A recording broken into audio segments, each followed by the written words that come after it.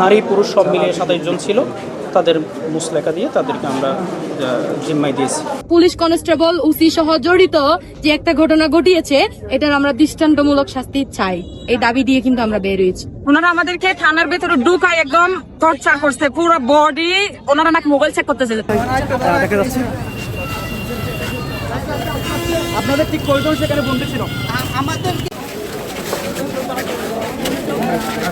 যিনি ওসি স্যারের আচরণ, উনি কি আসলে সরকারি কর্মকর্তা না এমনি স্বাভাবিক মানুষ? আমরা আসলে আমাদের একটা প্রশ্ন, উনি আমাদের সাথে এরকম আচরণ করতে পারে না। হ্যাঁ, ওনাদের দায়িত্ব থেকে ওনারা আমাদের অ্যারেস্ট করতেই পারে।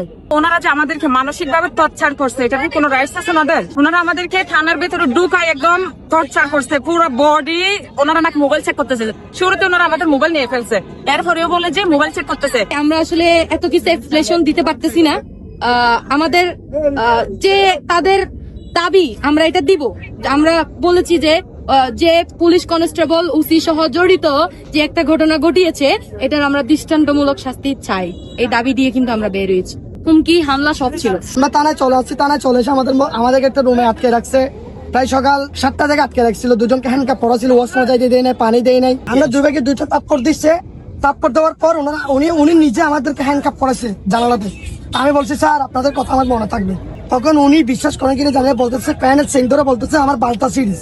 যাদেরকে গ্রেপ্তার করছে সবাইকে ওরা টর্চার করছে, হেনস্থা করছে। একটা কনস্টেবল ছিল, ওনার নাম হচ্ছে নুসরাত। উনি বলে দুধের মতো কি আমরা রাস্তার মেয়ে, আমরা নাকি 1টা-2টা পর্যন্ত বাইরে থাকি। উনি বলতেছে উনি অনেক খারাপ বিহেভ করছে, উনি অনেক খারাপ ভাবে আমার সাথে বিহেভ করছে। বসুন্ধরা টিস্যু অসত্যতার বিরুদ্ধে এক বিন্দুও ছাড় নয়।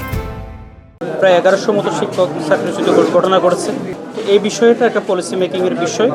তারপরেও যদিও 3 মাস যাবত এইটা নিয়ে আন্দোলন চলছে।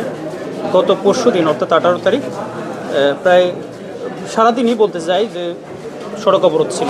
উখিয়া থানা পুলিশ, কক্সবাজার জেলা পুলিশ এবং অন্যান্য আইনশৃঙ্খলা বাহিনী অত্যন্ত ধৈর্যের সাথে বিষয়গুলো মোকাবেলা করেছে এবং আমরা চেয়েছি যেন এটা কোনো ইন্টারন্যাশনাল ন্যাশনাল মিডিয়ার শিরোনাম না হয়। পুলিশ সুপারের কার্যালয়ে আমরা সকল স্টেক হোল্ডারদের নিয়ে আন্দোলনকারীদের সাথে বসছিলাম এবং আমরা রিকোয়েস্ট করছিলাম মাননীয় প্রধান উপদেষ্টার সফর উপলক্ষে আগামী 25 তারিখ পর্যন্ত তারা যেন সড়কে কোনো বিশৃঙ্খলা না করে, আন্তর্জাতিক কোনো সংস্থার গাড়ি বাধাগ্রস্ত না করে। কিছু বিশৃঙ্খলাকারী আজকে তারা আমাদের নির্দেশনা না মেনে, আমাদের অনুরোধ না মেনে মুষ্টিমেয় কিছু লোকজন এখানে সড়ক অবরোধ করে এবং কিছু গাড়ি বাধাগ্রস্ত করে।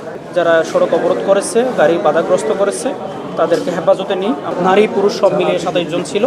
তাদের মুসলেখা দিয়ে তাদেরকে আমরা জিম্মায় দিয়েছি। 25 তারিখ মাননীয় প্রধান উপদেষ্টার এখানে সফর রয়েছেন। এই সফর উপলক্ষে এই জেলায় এবং বিদেশি অনেক ডেলিগেটস এখানে আসবেন। গুরুত্বপূর্ণ একটা সভা রয়েছে সেই উপলক্ষে এবং সেই লক্ষ্যে আমরা যেন এই এলাকার আইনশৃঙ্খলা পরিস্থিতি স্বাভাবিক রাখার স্বার্থে আমরা কঠোর অবস্থানে আছি এবং আমরা এখানে কোনো রকম বিশৃঙ্খলা আমরা বরদাস্ত করব না। এখানে যেহেতু আমাদের অনেক সময় তারা রাস্তায় ছিলেন, আমরা রাস্তায় তাদেরকে সরানোর চেষ্টা করেছি। হয়তোবা বল প্রয়োগ করার প্রয়োজন হয়েছে বলেই বলবো, হয়তোবা কোনো ক্ষেত্রে বল প্রয়োগ হয়েছে এবং তাদেরকে হেফাজতেও নেওয়া লাগছে। তো এখানে